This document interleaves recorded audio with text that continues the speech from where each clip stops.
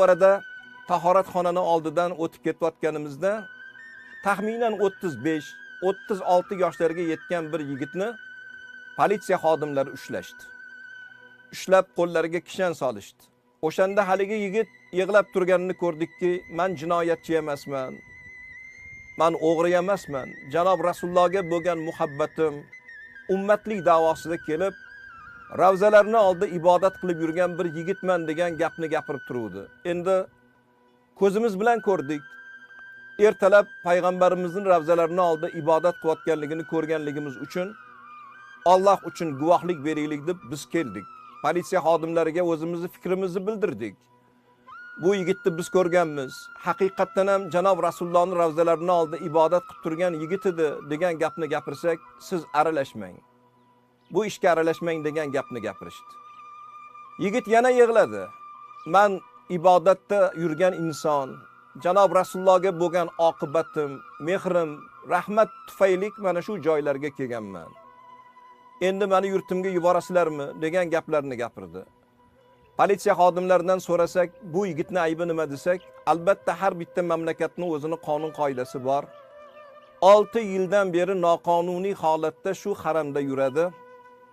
Albaniya davlatidan kelgan yigit bir necha bor ushlaymiz deb harakat qildik, lekin qo'lga tushira olmadik. Rasulullohning ravzalarini atrofida bekinadi, yo masjidga kirib ketadi.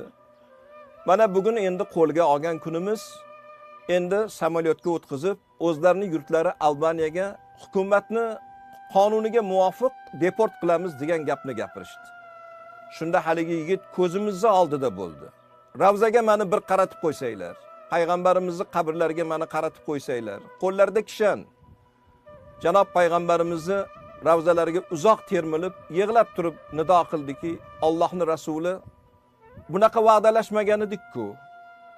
Men va'damga vafo qilib keldim. O'zimni yurtimdan onamni, otamni, jigarlarimni tashab keldim. Boyligim bor edi, do'konlarimni tashab keldim. Sizni ravzangizni oldida men ibodat qilib, haqiqiy bir qo'shni bo'laman degan umidda bo'lib keldim. Agar omonatni topshirsam shu joylarda topshiray deb niyat qilgan edim. Endi mana qo'limga kishan solishdi. Meni olib chiqib ketishyapti.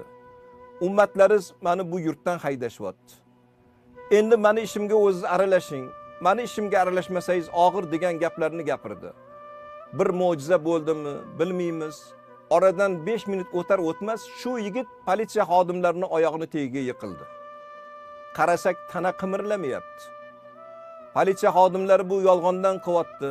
Buni navbatdagi hiylasi deb gapirishdi. Hattoki tahoratxonadan suv olib kelib yuzlariga sepdik. Harakat yo'q. Tez yordam xodimlari, shifokorlar yetib kelishdi. Yigitni tomirlarini ushlab ko'rgandan keyin yig'lab turib javob qilishdiki, 15 minut muqaddam oldin bu yigitning joni uzilibdi. Omonatni topshiribdi degan gapni gapirishdi. Shunda haligi politsiya xodimlari o'zlarini urib yig'lay boshlashdi. Biz bekordan bekor seni dilingdan ortgan ekanmiz.